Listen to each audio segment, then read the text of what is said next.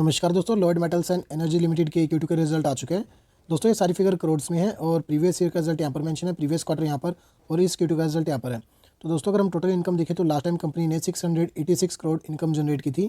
Previous quarter में ये 1977 करोड़ थी और अब की बार ये 1111 करोड़ है। तो ईयर ऑन ईयर तो जंप है इनकम में, पर क्वार्टरली वाइज देखोगे तो एक बड़ी गिरावट है यहाँ पर इनकम में।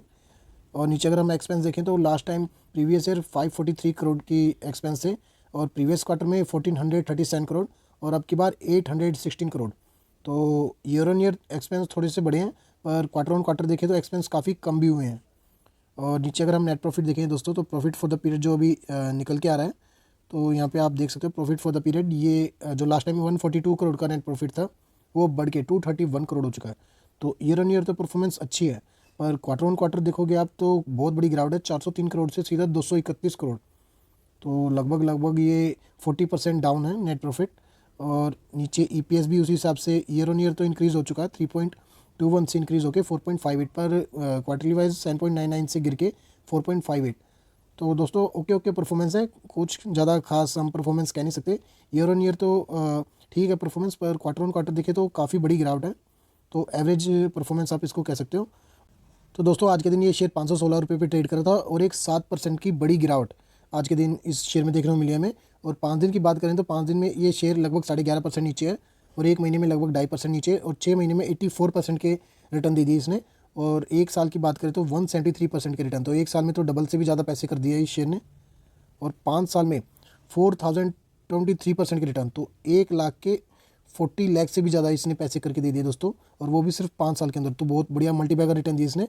और मैक्सिमम अगर हम देखें तो 388% के रिटर्न। और दोस्तों 20-22 साल तो ये शेयर ऐसी फ्लैट रहा, उसके बाद ही चला ये 2020 के बाद से। तो 5 साल में तो बहुत बढ़िया मल्टीबैगर रिटर्न दे दिए दोस्तों इसने। एक बार इसकी बैलेंस शीट और देखें हम, जैसे कि आपको नाम से पता लग रहा है ये एक मेटल सेक्टर की कंपनी है और इसका मार्केट कैप अगर हम देखें तो 26,000 करोड़ निकल के आ रहा है। तो मिड साइज़ की कंपनी आप इसको कह सकते हो। स्टॉक अभी 23 पे चल रहा है अभी।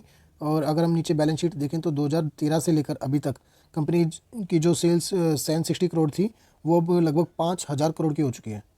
और नीचे नेट प्रॉफिट भी देखें हम तो 2 करोड़, फिर कंपनी 2 साल तक लॉस में, उसके बाद 1 करोड़, 6 करोड़, 17, 21, 32 लगातार यहाँ तक ग्रो हुई कंपनी। फिर ये जीरो, ये शायद कोरोना का टाइम फ्रेम होगा दोस्तों, 2021, हाँ ये कोरोना के टाइम में जीरो। फिर उसके बाद 97 करोड़, फिर अगले साल लॉस में हो गई कंपनी, फिर अब दोबारा एकदम से प्रॉफिट में।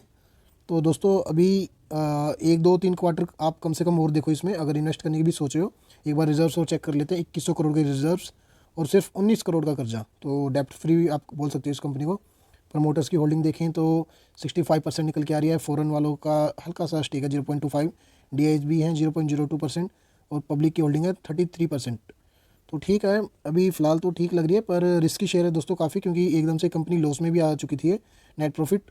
और अभी आप कम से कम 2-3 क्वार्टर इसके ज़रूर देखो, कंसिस्टेंट अगर ग्रोइंग लग रही है तो आप छोटी सी एक अमाउंट लगा के दे सकते हो। और बाकी आप अपने हिसाब से स्टडी कीजिए और अपने हिसाब से रिस्क ले लीजिए इसमें। और ऐसी और वीडियोज़ के लिए आप इस चैनल को सब्सक्राइब कर सकते हो।